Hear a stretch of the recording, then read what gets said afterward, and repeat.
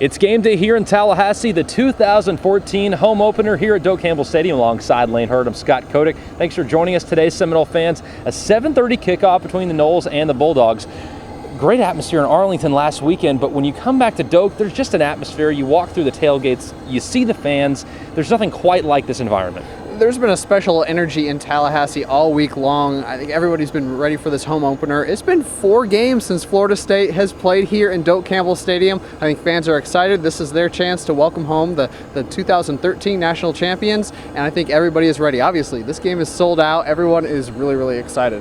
A few new additions fans will see in the stadium today too. The north end zone, which is actually behind us, the other area of the camera you can't see right now, the national championships, the 14 ACC championships painted on there. Some nice additions for fans for a sellout crowd tonight as well. Let's talk a little bit about the game, Lane. I think when you talk about Citadel, most fans think they're an FCS team.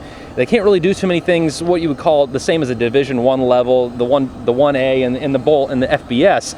This team runs the same sort of offense that Georgia Tech does. They run that triple option. If you're not in your keys, it doesn't matter what kind of team you're playing, you can get beat. You hit the nail on the head there, Scott. One thing that Jimbo was not pleased with from that game against Oklahoma State was guys getting out of their gaps, trying to make hero plays. Well, what's the perfect offense to go against when you're having those type of issues and you want to fix them? It would be a triple option offense, because if you try to be a hero and make a big play, all of a sudden guys down the field 40 yards. It's very important for the Florida State defense to stay committed to their gaps today, be very eye disciplined. I think those are two things that are very big for this team. So let's be honest, the Citadel for the first game were 1 of 8 for 19 yards passing. They're going to run the ball all day long, and it's up to Florida State to play gap control defense and make plays. As you said, very much a running team. Hard to believe, only 19 yards through the air. Sometimes even Georgia Tech can put up more yards than that through the air. Let's talk a little bit about the keys to the game, get right to it.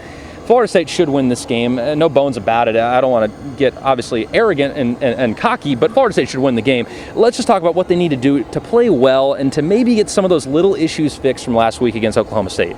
Exactly. It's like you said, the little issues need to be fixed. They need to have good ball control drives. Jameis needs to make good solid throws. He had the 2 picks that he threw the first game, wants to make sure to get those cleaned up. The running game wants to get going. The offensive line was not pleased how they played in that first game against the Cowboys. They'd like to step up, be able to pound the ball a little bit, and then finally getting those young guys to play. That has a lot to do with the first team defense and offense, getting things done so they can get out to a big lead and let those young guys play, find out who's going to help us as the season progresses. I'll go a little bit different this time. I'm not going to talk keys to the game. I'm going to talk what I want to see happen in the game. Number one, I want Christian Green to catch a touchdown. That first and foremost in my mind, I want Pops, Christian Green, to catch a touchdown. You heard it here first. Secondly, I want to see the 2013 offense in the first quarter against NC State.